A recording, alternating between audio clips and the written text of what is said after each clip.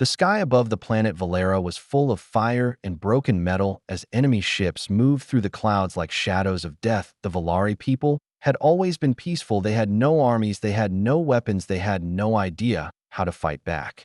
They lived in floating cities and quiet forests. They studied stars and healed sick animals. They believed in peace and balance and kindness. But that belief was not shared by the Draxans. The Draxans came without warning, and without mercy they burned.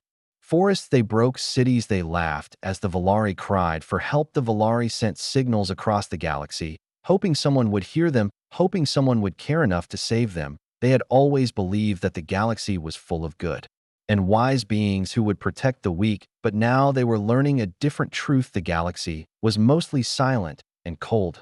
Young Valari named Thalen stood inside the last communication tower of his city. His long fingers danced over the glowing keys as sparks fell from the ceiling above him. The room shook again as another blast hit the outer shell of the tower. He looked up at the stars and whispered a small hope in his own tongue. Someone please help us, someone please come. He sent the signal one more time. This time, he changed the frequency. This time, he changed the direction. He knew it was dangerous. He knew it was risky. The signal would now go beyond their nearby neighbors. It would now pass through systems they knew nothing about, into deep space, unknown space. The signal traveled fast, like a whisper on fire. It moved past moons and comets and black holes. It passed broken ships and frozen planets. It kept going and going until it reached a small blue planet hidden in a corner of a spiral arm of the galaxy, a planet that had never answered any alien signal before, a planet that was not marked on most galactic maps. Earth, deep below the ground, in a hidden bunker under a tall mountain, a man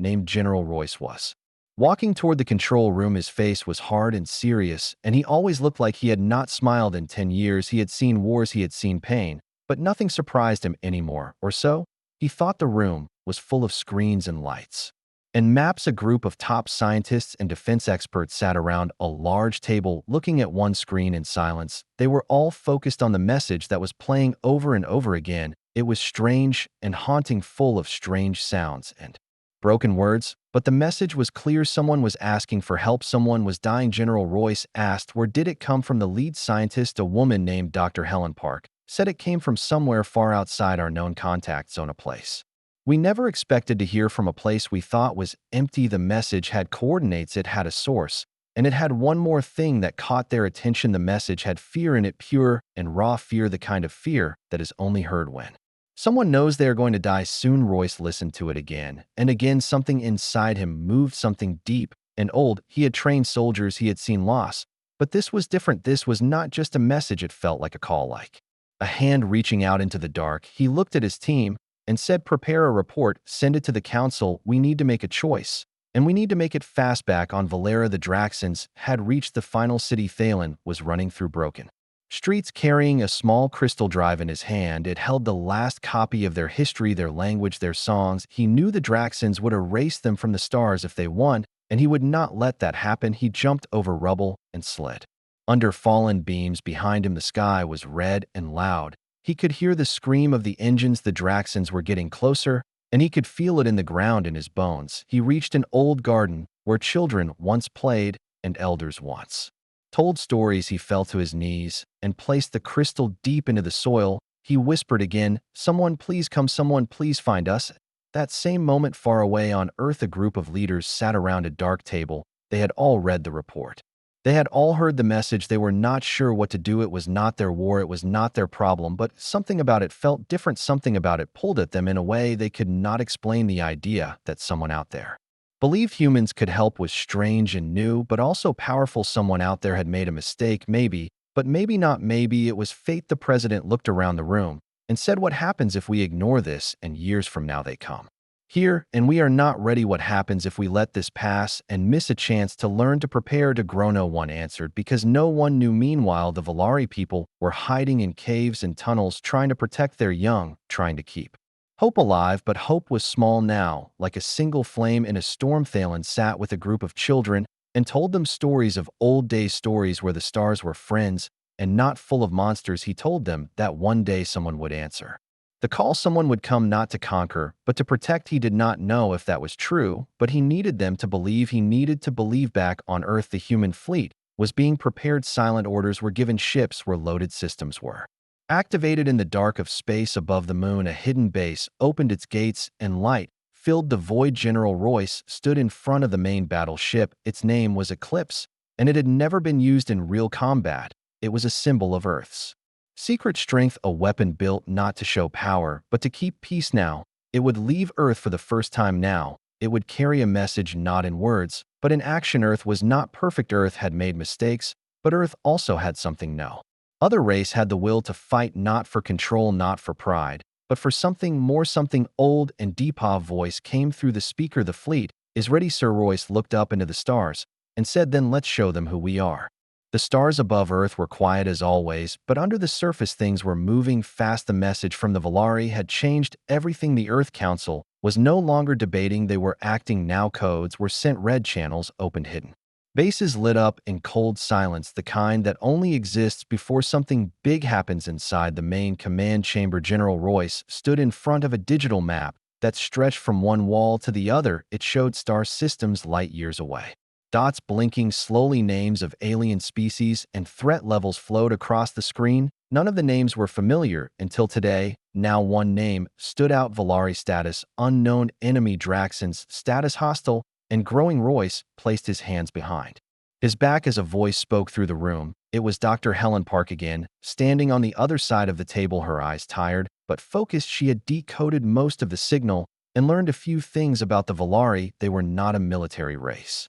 They had no warships, no army. Their signal was not a call to arms. It was a cry for mercy. Another officer walked in with urgency, his voice low, and quick satellite scans confirmed the source system. It was old, mostly ignored. We never thought there was life there, but the readings are real. There is a war happening now, and they are losing fast. Royce nodded once and turned to the council's screen. The image flickered as the faces of Earth's world leaders appeared, each one silent, each one watching him closely. He spoke clearly, we have an opportunity here, one that may never come again. This signal was not meant for us, but we received it, and we are going to respond. A few of the leaders looked unsure. One of them asked, what do we gain from this? What do we risk? Another asked, are we ready to fight a war in a galaxy we do not understand? Royce's voice did not rise, but it carried weight. We do not respond because of what we gain. We respond because one day it could be us sending that signal. One day, it could be our children, hoping someone hears. The room fell silent again until the president spoke with calm strength.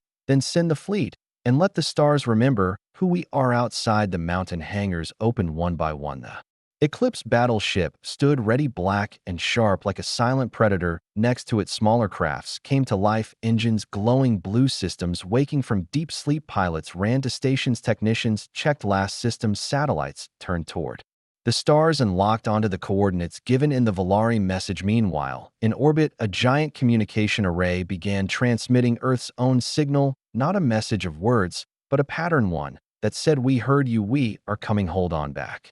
On Valera, the skies were even darker. Now the clouds carried smoke. The air was thick. The Draxons had started landing troops. Now machines rolled through the forests, crushing trees. Without care, soldiers in heavy suits fired at anything that moved.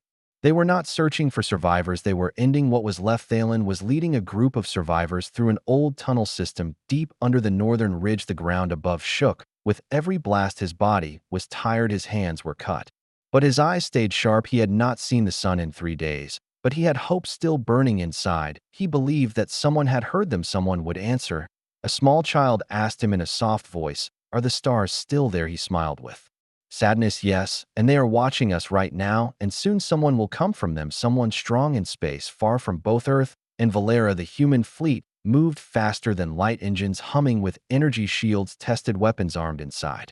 Each ship's soldiers waited, their faces calm, but ready. Each one had trained for years in silence, never knowing if they would ever be called to action. Now they knew this was real, this was not a drill. Inside the Eclipse, a young officer named Kayla stared at her screen, watching the countdown. She had never seen real battle. She had grown up in a peaceful city by the sea, but she had trained for this her whole life. She whispered to herself, not today, not this time. They will not fall, not while we fly. Royce stood near the main bridge, watching the stars blur around them. He had led many missions, but this one felt different. There was no promise of return, no map to guide them, only a signal of fear and a chance to prove something that had always been true about humans. When someone calls for help, we do not look away. Back on Valera, Thalen reached an old temple carved into the rock. He led the group inside and sealed the door behind them. He activated a small power stone and light filled the room. It showed paintings from long ago, stars, rivers, animals, people flying among planets. He told the children, "These are our stories. They are not over yet. Remember them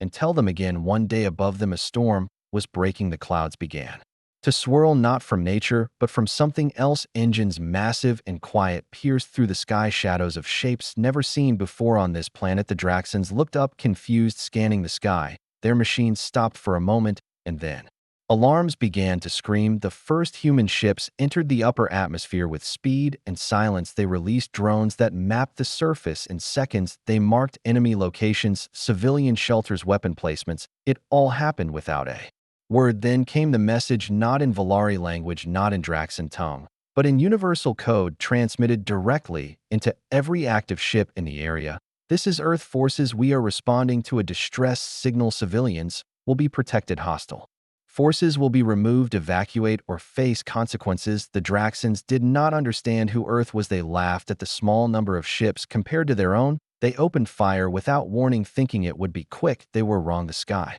turned into firelight as the Eclipse activated its forward cannons. Beams of pure energy sliced through the Draxan cruisers as if they were paper. Ground troops screamed as guided drones flew low, disabling their weapons with perfect precision. In seconds, what was once an invasion force became a mess of broken metal and fleeing soldiers. Thalen stepped outside the temple, holding the child's hand, and looked up at the sky, where strange ships flew with grace and power. He felt a tear in his eye, not of fear, not of sadness, but something else, something he had never felt before. Relief. One of the children asked, "Are they ours?" Thalen smiled and answered, "No, but they came, and that is what matters." High above Earth, ships kept arriving, silent shadows from a world that had been ignored by the galaxy, a world that now had a voice, a strength, and a mission. Roy stood on the command deck, watching the battle unfold. "We came for them," he said, "and now we show them who we really are." The battlefield was quiet for a moment, the kind of silence that feels heavy, like the air is holding its breath. The Draxans were no longer laughing, no longer charging forward. They were running, scattered and broken. Some tried to hide behind trees. Others dropped their weapons and froze, unsure what to do next. Their confidence had turned to fear, and they could feel it in their bones. This enemy was not like any they had fought before. The Valari, who had survived so far, slowly stepped out of hiding, eyes wide as they looked at the sky, where strange ships flew in perfect formations. They had never seen crafts like these. Their shapes were sharp and smooth, like machines grown from metal and light. The sound of their engines was quiet but powerful, like thunder waiting to speak. Thalen held the hand of the youngest child in his group, his eyes locked on the largest ship, now floating above the valley. Its size was impossible to measure. It cast a long shadow over the ruins, and even the sun seemed dimmer in its presence. The symbol on its side was simple, a circle with 3 wings inside, glowing blue, but its meaning was still unknown. From deep inside that ship, General Royce watched the surface through a large screen, his arms crossed, his expression focused around him. His crew worked fast, scanning for heat signatures, checking for traps, preparing for what came next. This mission was not just about saving lives, it was also about learning, about understanding this new world and its people. Royce turned to Officer Kayla, who was reading the latest scans, her voice calm but serious. "Sir, we have located what seems to be a shelter under the North Ridge. Strong life signs, mostly young." She paused and then added, "One of them has an active energy source, unknown type, small but stable." Royce nodded. "Send a drop unit with a contact team. Keep it light, no weapons drawn unless needed. We make this right from the start."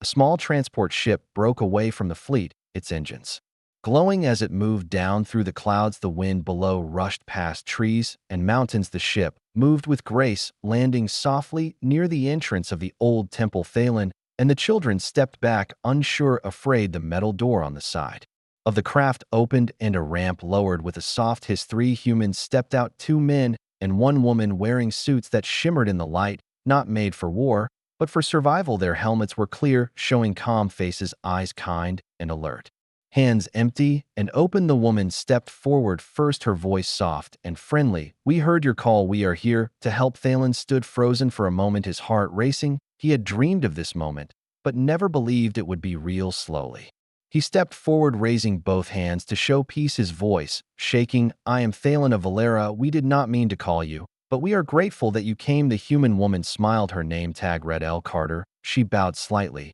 and replied, "I am Lieutenant Carter of Earth. We came because someone needed help, and that is all that matters." Behind her, the other two humans scanned the area, mapping the structure, reading the air, recording data, but always with slow and careful movements, showing respect. The children began to step out one by one, hiding behind Thalen, some curious, some scared, but none crying anymore. Inside the Eclipse, General Royce watched the interaction on the screen. He saw the way the Valari moved, the way the children looked at the humans like they were heroes from old stories. He turned to Dr. Park, who was standing beside him. She said, "They trust easily because they have no other choice. We cannot let them down." Royce's reply was quiet, but full of weight. "Then we want you back."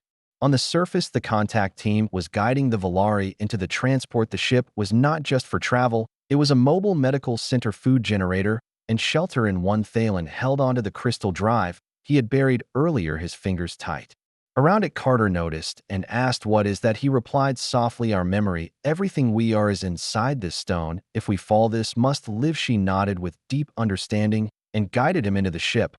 Once inside, the door closed and the ship lifted off, gentle and smooth as if the wind itself carried it into the sky. The children looked out the windows and saw the valley getting smaller, the smoke below fading, the stars above getting closer in orbit. The Draxans were regrouping. Their main commander snarled in frustration, watching his fleet broken and scattered. He shouted orders to his lieutenants, who scrambled to obey, but inside they were shaken. This was not how battles with primitives were supposed to go. This was not how the Draxans lost. He slammed his fist onto the console and screamed, "Who are they? Where did they come from? Why have we never seen them before?" One of his officers spoke in a low voice. "They call themselves Earth. We have no records of them, but their power is far beyond our scans. They have technology we cannot match." The commander's eyes burned with rage and fear. "Then send for reinforcements. Tell the others this world is not done until we say it is." On board the Eclipse, Dr. Park continued to study the Valari signal, breaking down more of their language, their culture, their history. She looked up from her screen and said, "They are peaceful, yes, but also wise. Their technology is different, focused on healing and harmony. We could learn so much from them if we listen." Royce nodded and said, "That is the plan. We do not conquer, we protect. We do not steal, we share." At that moment, a warning light blinked red in the control center. Multiple Draxan ships were regrouping in low orbit, forming new attack lines. The battle was not over, not yet. Royce turned to his crew. "Prepare the fleet defensive pattern. Echo, push them back, but do not destroy unless they force us. We show power, but never cruelty." Down below, the Valari watched from screens inside the shelter ship as human vessels moved like dancers around the Draxan fleet. Shields flared, weapons hummed, beams of light traced through the sky. But each shot was measured, each move had purpose. It was not chaos, it was a message. Thalen whispered to Carter, "You do not fight like they do." She replied, "No, we fight to end fights, not to enjoy them." In that moment, the first Draxan ship exploded into sparks, followed by another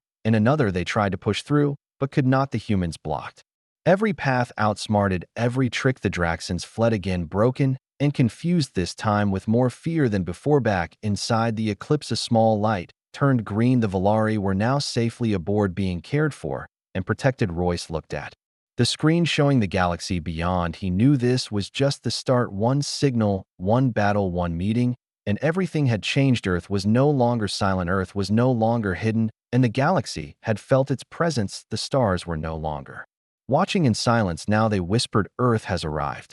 Above the burning sky of Valera, the human fleet floated like a wall of silent judgment. Their ships did not shine with pride or decoration. They carried no banners, no voices shouting glory, only cold precision and unstoppable purpose. These were not conquerors, these were protectors and defenders who had learned long ago that true strength is not shown by noise, but by results. The Draxans had regrouped again and again, each time returning with more ships and more rage, but each time they met the same answer: a fleet that moved like one mind, that blocked every approach, that hit with perfect timing and disappeared before a counterstrike could form. They had fought many enemies across the stars, but never anything like this. Earth was different, and it showed. General Roy stood tall on the Eclipse command deck, eyes locked on the tactical map. The enemy had changed their formation, They were trying to flank the fleet, sending 2 wings around the far moons, but Earth's ships had already predicted this move. Royce gave a single nod, and the formation shifted without words, like dancers changing steps in a silent rhythm. At the edge of the battlefield, Captain Rami led a squad of fighter pilots in fast, sleek ships painted with matte black and glowing blue wings. His voice calm through the comms: lock targets left side, disable engines, do not destroy, we want them running, not dead. The other pilots confirmed without delay, and the swarm of fighters shot forward through the dark like sparks breaking into night. On the surface of Valera, Thalen and the rescued children stood outside the shelter ship, watching from a nearby hill. The sky above them was lit with trails of fire and light. They saw the human ships moving in curves and spirals, never crashing, never missing. Every blast had meaning, every strike was clean and sharp. The children asked, "What are they doing? Why do they not crush the enemy completely?" Thalen watched carefully and answered, "They are showing them that power without control is just destruction, but power with purpose becomes something greater." Inside the main shelter, Lieutenant Carter watched a feed of the battle alongside several Valari elders. Their faces showed awe and confusion. One elder turned and asked, "Are you all like this?" She smiled, "Not all of us, but the ones who came are the best of what we have, the kind that steps forward when no one else will." Meanwhile, inside the Draxon flagship, their warlord slammed his fists into the controls, his voice a roar across the deck. "How are they still predicting us? How do they always know what we will do?" One of his officers replied quietly, "They are not just fast, they are smart. They fight with machines and minds together. They do not guess they know." The warlord growled and shouted, "Prepare the Omega weapon. If we cannot beat them with numbers, we will burn this world with fire and leave nothing behind." In the human command ship, alarms flashed red. The scanners picked up energy building. On the Draxon flagship, Dr. Park looked at the readings, eyes wide. "That is not a standard weapon. They are charging something massive. If they fire it on Valera, the planet may not survive." General Royce stepped forward, voice cold as steel. "Then we will not give them the chance to fire. Alert all units, target the enemy flagship. Full focus. We end this now." The Eclipse turned slowly, engines glowing like stars, its cannons powered up, humming with quiet fury. Other ships followed, forming a V shape around the lead vessel and moved in like predators, circling their prey. The Draxons opened fire first, but their beams bounced off the human shields, absorbed and redirected like wind hitting stone. Royce raised his hand and gave the final order: "Fire all forward weapons in a synchronized burst, and hold nothing back." In one flash, the sky lit up as the Eclipse and its allies unleashed a wave of energy, not just to destroy, but to overwhelm, to erase the threat. In one clean move, the beams struck the enemy flagship from multiple angles, piercing armor, cutting through systems, disabling weapons, and shattering engines. The ship did not explode in chaos. It simply broke apart like glass under pressure. Back on the hill, the children gasped. The enemy flagship was falling, burning pieces trailing smoke across the stars. The danger had passed, and the night was quiet again. Thalen whispered, "They did it. They stopped them, without rage, without hate, just pure action and strength." Inside the Draxon fleet, panic spread like wildfire. Their leader gone, their weapon lost, their morale shattered. Many ships began to flee, turning their engines toward the edge of the system, hoping to escape the wrath they had provoked, but the human fleet did not follow. They held their line, watching, letting them run. General Royce turned away from the map, eyes softening slightly. "We made our point. No more blood than needed. We came to protect, not to conquer." Lieutenant Carter received a message on her tablet: orders to begin Phase 2 humanitarian outreach, medical scans, rebuilding, logistics, and communication. She smiled as she shared the news with the Valari elders, who nodded with tears in their eyes. For the first time in many days, they could breathe without fear. Over the next hours, human soldiers, engineers, and medics landed across Valera, setting up clean water systems, mobile hospitals, food supplies, and power stations. They worked quickly and quietly, asking for nothing in return. Their only goal was to help. The Valari people watched and helped where they could, offering songs and stories and thanks. Children gave small gifts made from crystal and flower vines. Pilots accepted them with smiles and placed them carefully in their ships as reminders of why they were there. Thalen walked through his city, now a field of ashes and broken stone, beside Carter, who listened as he spoke of what it used to be and what it might become again. She said, "You still have your people, your memory, your heart. You can build again, and when you do, it will be stronger than before." In orbit, Earth ships remained silent sentinels, guarding their new allies, sending signals across the stars, not to boast, but to warn if you come for the weak again you will face. The strong if you bring war you will meet those who know peace, but are not afraid to protect it. The Draxans left the system broken and silent, their fleets scattered, their pride shaken. They would remember this day, and so would the galaxy, because now there was a new name spoken in fear and in hope. Earth and those who once lived in shadows had now stepped into the light, ready to stand, ready to defend, and ready to lead. The stars above Valera were calm again, but far away in other corners of the galaxy things were changing. Whispers moved like wind through cold halls, and across glowing chambers old leaders in distant worlds leaned closer to their monitors' eyes. Locked on the images from Valera, black ships, blue fire, and the crushing fall of the Draxan fleet, it was not just a battle, it was a message, and the galaxy was now listening in the halls of the Zyri Council, a place known for silence and long thought. The usual stillness had been broken. Screens flashed footage of the eclipse slicing through Draxan defenses. Voices rose in disbelief. One council member said, "Earth. They called themselves Earth. We have never seen them before." Another asked, "How did they build such ships? How did they hide this power for so long?" An elder among them, who had lived through 3 star cycles, stood slowly, her voice calm but sharp. "We ignored them because their world was quiet, because they did not fight in our wars, because they watched and waited, and now the watchers have moved, and we must wonder what they will watch next." In the merchant zones of the Trillian Nebula, where trade and gossip fed entire economies, news of Earth's power spread faster than light. Smugglers told stories over drinks of human warcraft that could disappear and reappear at will, of soldiers who never missed, of commanders who never spoke but always knew. Traders updated their routes, adding Earth as a name, not to steal from, not to test, but to respect. In the darker regions where old empires had fallen and warlords ruled over shattered moons, there was no silence, only anger. Broken leaders watched recordings in rage, smashing data pads against steel walls. One said, "We built armies for centuries, and they erased one of us in a single day." Another shouted, "If they come here, they will learn we are not the Draxans." But even as they shouted, their eyes held fear, a deep fear, one that cannot be spoken without shame. Inside the Draxan core world, the mood was worse than panic. It was humiliation. Their great fleet had not just been beaten, it had been studied, predicted, and undone like a puzzle in the hands of someone smarter. The War Council met in darkness, no light, only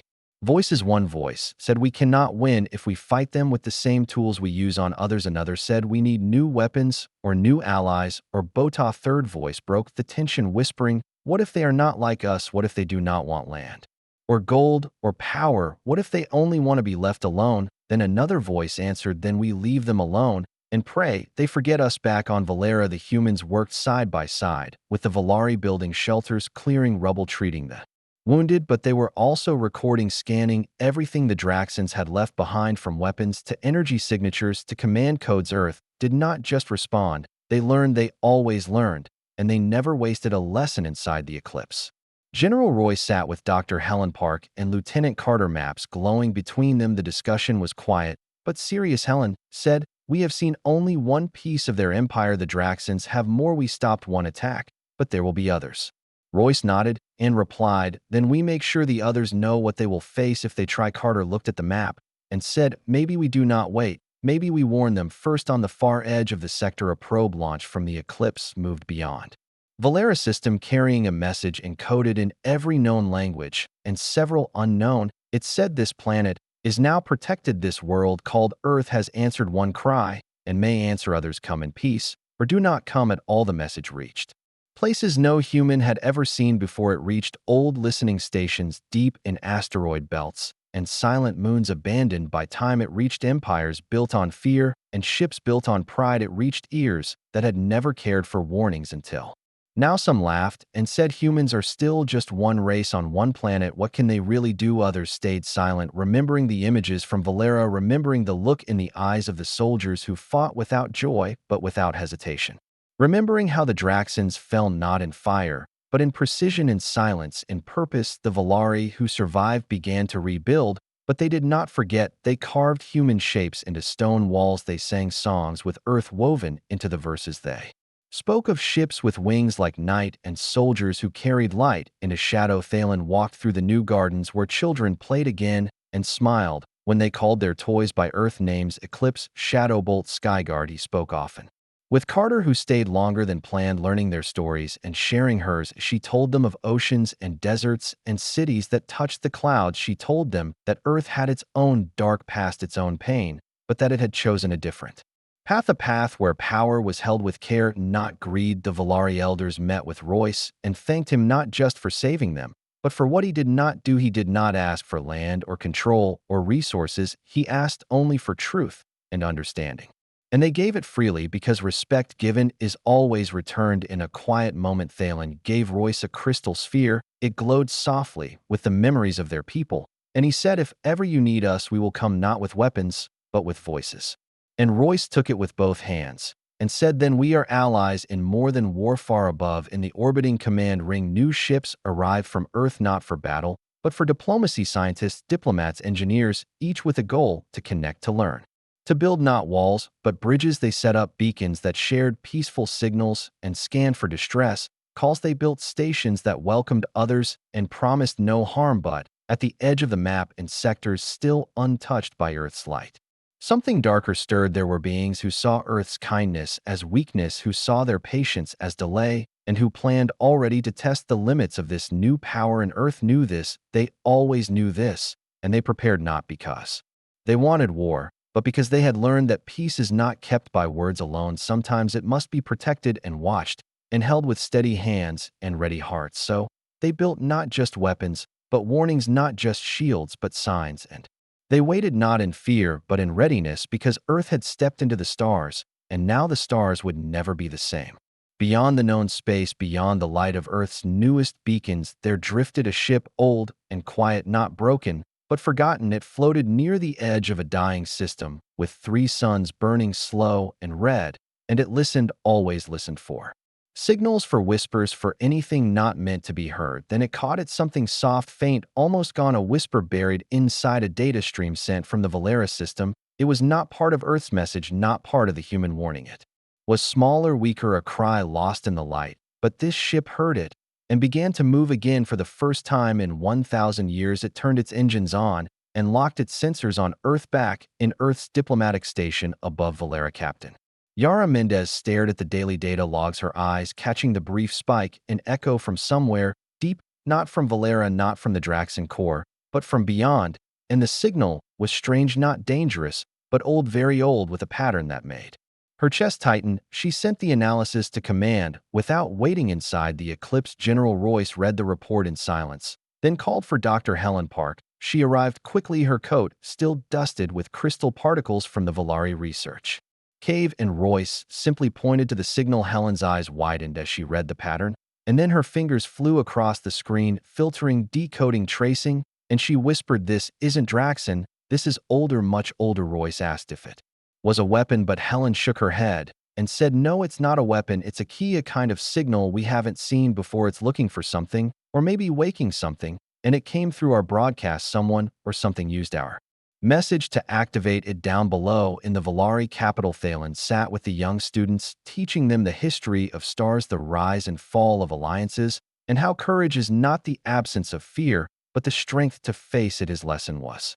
interrupted when a soft chime came from the wall. A Valari guardian stepped in and said, "Earth has asked for you." Thalen arrived at the station, quickly walking through the transparent halls with stars above and Earth banners hanging beside Valari.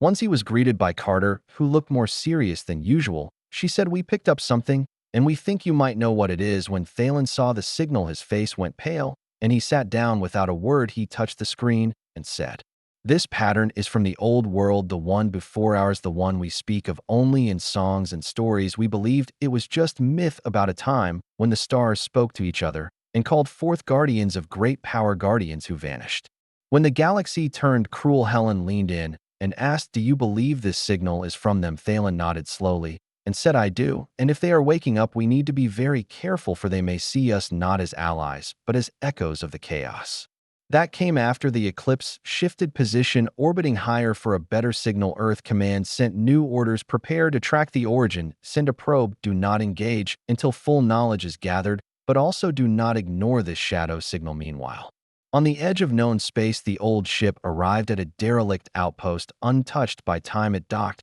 without effort. Doors opened on their own, lights flickered awake, and machines once thought dead began to hum. It was not a place of war, but of memory. A library of the ancients forgotten by all but one. Inside the ship, a being stepped out, not with armor, not with weapons, but with light flowing from its eyes. It moved with grace and purpose, walking among the ancient consoles, placing a hand on one. It whispered in a voice not heard in 1,000 years, "They are awake. Show me the ones who called." Images flashed on the screen, humans fighting not for conquest, but for defense, humans helping aliens not for gain, but for principle, and the being watched. In silence, then whispered again, "Perhaps they are not like the others. Perhaps there is hope." Again, back in the Volari system, Earth's probe was launched fast and quiet. It raced across space, following the data trail left by the echo signal it passed. Old stars cracked moons, gravity wells that pulled on its metal heart. But it never stopped. Finally, it reached the dark system with the 3 red suns and sent back one message, not words, just an image, an outpost glowing with lights and a single figure looking upon Earth. The message arrived and was sent to every key station. Scientists, philosophers, historians, even the United Planet Council viewed the image, and all of them had the same thought: this was not Draxon, this was something older, wiser, and maybe far more dangerous. General Royce stood before his team and said, "This is not a threat yet, but it is a question we must answer with caution and courage. We will not move in with ships, we will send voices, not weapons." Not yet. Helen prepared a diplomatic package, a message encoded in peaceful tones, telling of Earth's mission, its values, its sorrow for past wars, and its hope for connection. It was sent through the same frequency that carried the shadow signal, and for a moment the galaxy held its breath at the old outpost. The being watched the message unfold, and as it listened, something inside it shifted, not fear, not anger, but curiosity, then compassion. It pressed a hand against the panel and replied with a single image, the symbol of an ancient alliance once lost, now flickering again, and the reply was sent not just to Earth, but to all who could hear. Back on Valera, the stars above shimmered in strange new colors. Carter looked up and said, "They answered." Royce nodded and replied, "Yes, they did, and now the real journey begins." And so Earth stood at the edge of something new, not war, not peace, but something beyond, both a meeting not between enemies or allies, but between the past and the future. And the stars whispered once again. A ripple moved through the galaxy, silent but deep, reaching the ears of watchers and dreamers alike, across systems, across forgotten borders, across ancient ruins and growing cities alike. It was not the echo of war or the whisper of conquest. It was the signal of awakening. Something old had stirred, and all who heard it felt the pull of time bending forward on Earth. The skies above the central command dome lit with unfamiliar streaks as data streams rained down from the outer probe, signals wrapped in harmonic pulses written in languages older than any recorded on Earth. The council gathered once more, scholars beside soldiers, voices raised in cautious hope, yet heavy with the weight of history. General Royce stood in front of the gathered minds with calm strength, the kind earned through years, not from titles, but from choices made when no one else would speak. He pointed to the rotating glyphs suspended in air, each one carrying a different message, a different memory, a different warning. He said, "These are not weapons, not threats, not commands. They are invitations, each one calling us to a place, a time, a gathering of those who remember before fear ruled the stars. It is not a test of strength, it is a test of truth." Helen Park stepped forward, holding the decoded segment from the last signal. Her fingers traced the curved symbols as she explained, "This message comes from the first voice, the one who answered our signal. They call themselves the echo-bound guardians of knowledge.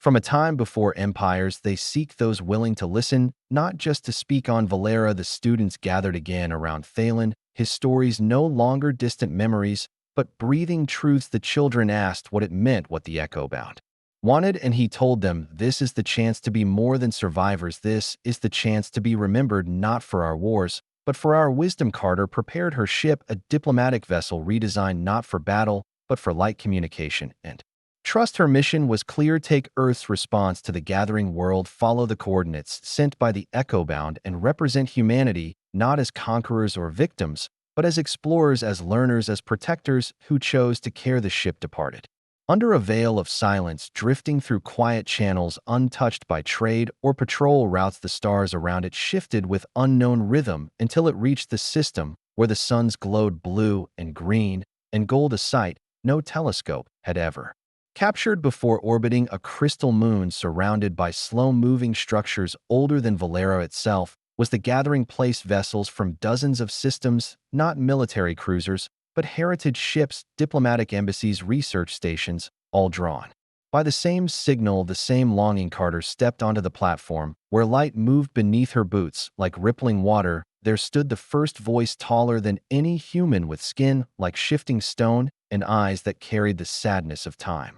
It spoke in perfect clarity, not through sound, but through thought. It said, "You heard us not with fear, but with fire, not with hunger, but with heart. You carry the weight of your own story, and still you reached beyond it. You have seen darkness and chose to be light, and for that we welcome you, not as guests, but as kin." Carter replied with a simple message: Earth comes with open minds and ready hands. We offer what we know, we ask to learn what we do not, and we walk forward not alone, but together. The first voice reached out, and from its touch a map appeared in the air, not of space, but of history, the rise of ancient alliances, the fall of pride, the silence that followed, and now the new beginning, each system marked by a single light waiting for someone to ignite it again. Back on Earth, the signal returned in real time. Every nation, every station, every colony watched as Carter stood among beings never before imagined, and the people did not see her as just one woman, but as the voice of all humanity, standing without fear beneath stars older than time. The council voted unanimously to accept the invitation,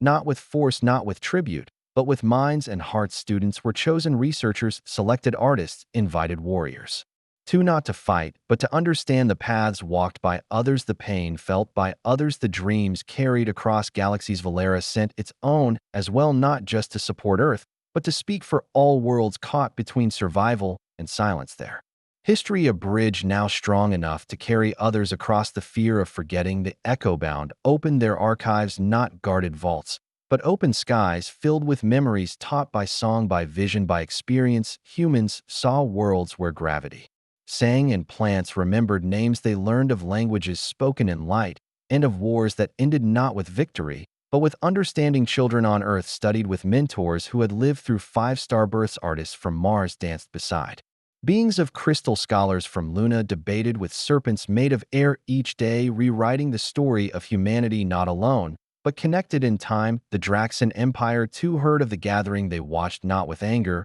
but with confusion. The humans had not conquered them, had not erased them. They had simply moved forward, built bridges where fire once stood, and the Draxan leaders began to wonder if there was a different path. In the edge of the galaxy, the old ship that had first heard the signal now floated in peace, its mission complete, the last of its watchers resting for the first time in an age, knowing that the stars had not given up their hope, had not vanished, it had simply taken a long time to return. And on Earth, on Valera, on dozens of worlds now linked by truth, not power, the people began to speak a new language, one not born of fear or pride, but of connection and curiosity. And every time someone asked, "Where did this begin?" someone would smile and say it started when the aliens dialed the wrong planet and found the most powerful ally in the universe, not because of strength, but because of choice.